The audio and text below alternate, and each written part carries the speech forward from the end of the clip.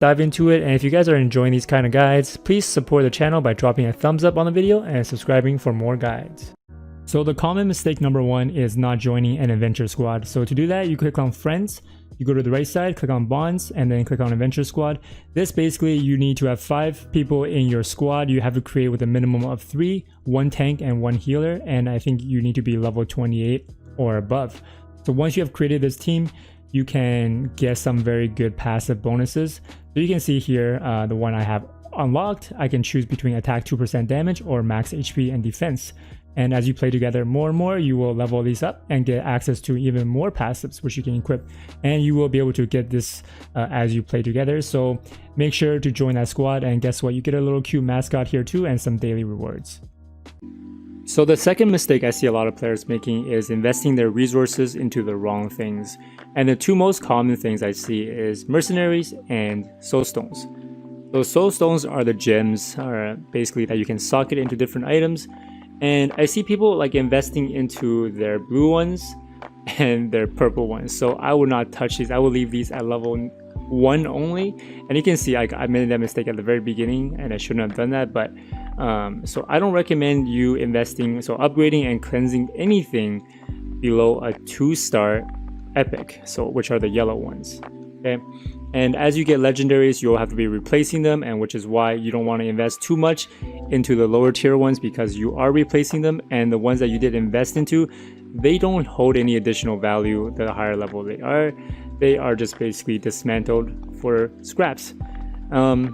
And yeah, I mean, you guys can see that when you want to upgrade something, when you want to upgrade a soulstone, it's going to cost you a lot of XP crystals, as well as when you want to cleanse, you need these material to cleanse them. So save those up for end game. Like really, I recommend you only upgrade when you are like super stuck in the game, which I doubt that will ever happen until you reach end game. The other thing is mercenaries, and you can see something that a lot of players do is they try to rank up every single mercenary like I did at the beginning. So I recommend you waiting until end game. Plus, if you're playing with friends or your guild or other people, you don't really need mercenaries. They do translate a little bit into your attributes through the telepathy system, and it's only really 6 of them, right? So the only mercenaries you need to invest in are the 6 that translate into your own attributes, and the 4 that goes into your party when you do need it.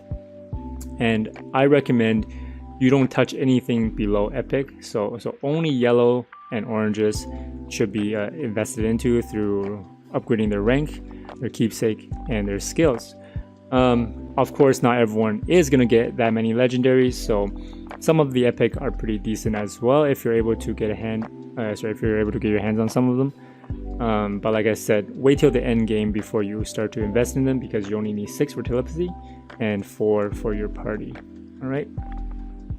So a third common mistake a lot of players make is not AFK fishing. So once you hit level 3, you can idle fish like I am. I can just put my character here and they will fish.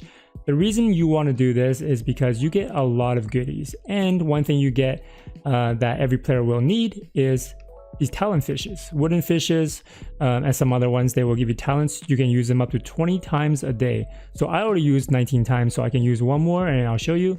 Boom, I just got more talents. And as you can see, talent XP is quite important because you will need those to level up your talents, and they give your character a huge boost. So make sure to hit that level 3 through manual fishing, and then you can start to AFK fish.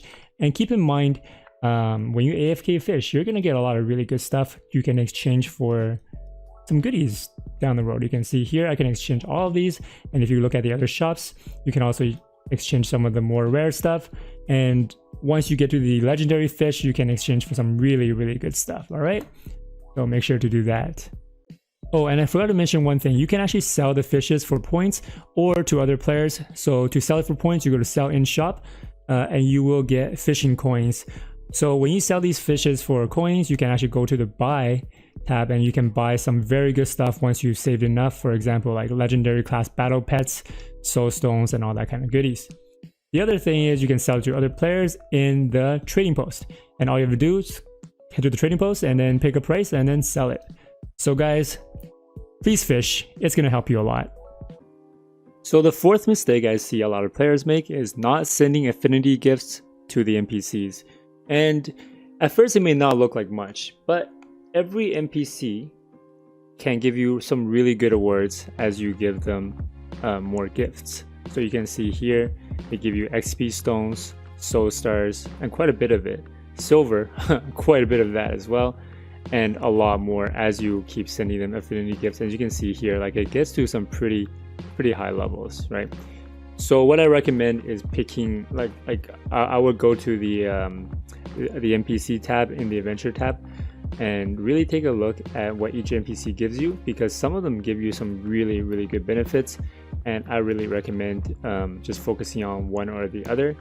So as you can see here, like some NPCs will get extra points by giving them certain gifts, and some are acceptable as well for decent points.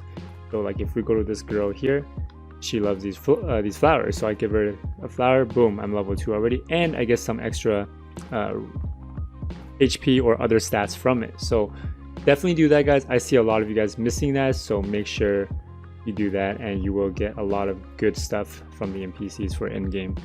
Mistake number 5 is not doing your side quests. Now go open your map, look for the green triangles and click on them. The reason you need to do your side quests is because it will give you XP beyond your daily XP limit. So once you get capped every single day, you can still do your side quests for more XP and some talent XP. So make sure you guys do that. So as I just mentioned, doing side quests does not get penalized by the daily XP limit. Same with your storyline. The other thing too is when you're doing your daily quests, Soul Star Cube and Seal Fracture should be done with a group of real people. The reason for this, instead of doing it with mercenaries, is because you get bonus rewards. So I think it's like 20 or 30% better rewards. So make sure to do that with real people, all right? So common mistake number 6 players make is spending all of their talent XP right away on the first nodes on the first pages, right? What you want to do is you want to actually save these guys up for some of the later levels and later pages, because they do get a lot more expensive, and it's not a 1-to-1 ratio of the requirement to level things up, right? So you can see here, a level 1 skill to go to level 2 costs 30,000 versus this one, level 3 to 4, it costs 10,000. So the requirements are going to be by your character level and by your mastery level. So your mastery level is here, but mine's level 19, and all it is I have 19 points allocated, right? So if you want to go down the further path, for example, on page 2, you're going to need to have I think like a limit of 30 or something, I can't remember. So you want to level this up as quick as possible, but to do that, you can't level these guys up because they cost too much. So you want to level up some of the lower requirement ones. All right, so save your points up and try to get through the entire page before you upgrade some of the other nodes. But don't worry guys, if you do mess up, you can easily click on the reset button here, and then you can reset for free and just do it all over again. So don't worry if you messed up. All right, and on the other thing too is, guys, create multiple plans. Like for example, especially if you're like an Omni Warrior or like a Holy Priest, you want one for DPS and one for tanking or healing for different situations, all right? So the 7th mistake I see a lot of players make is selling items that does not belong to their class. Even though you can't use it right now, you can switch classes in Stella Arcana. So for most players, I know you will want to switch classes at some point, and some of these items that you get, even though when you switch classes, your gear will transfer with you, you may not get the right sets that you want and some of the items that carry over. And one thing that you could do is actually switch to a class that you're not using, especially if the item quality is perfect. Equip that, and then when you switch back to your original class, you get that perfect bonus, right? So make sure to do that. Don't sell your stuff, don't sell the items from other classes that you aren't using. Instead, keep them and use them as part of your transfers, especially if you want to get that higher quality. Okay guys, hopefully you enjoyed the video and found it helpful. If you guys did enjoy it, please hit that thumbs up and subscribe to the channel for more Stella Arcana and mobile gaming content. If you guys have any questions or suggestions, please leave in the comments below. I would love to hear from you. And I will see you guys next time. Peace.